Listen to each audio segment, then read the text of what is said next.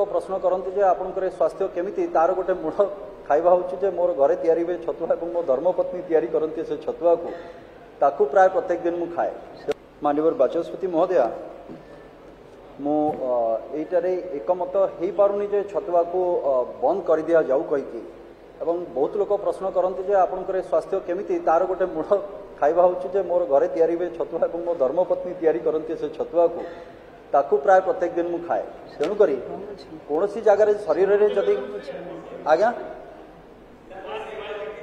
one wife किंतु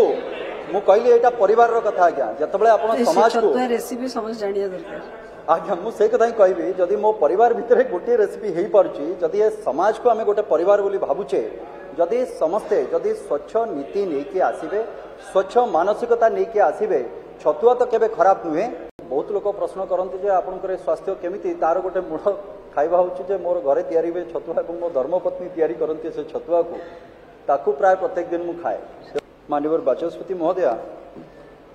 मुझे एकमत हो पारुनी जे छतुआ को बंद कर दिया जाऊ कहीकि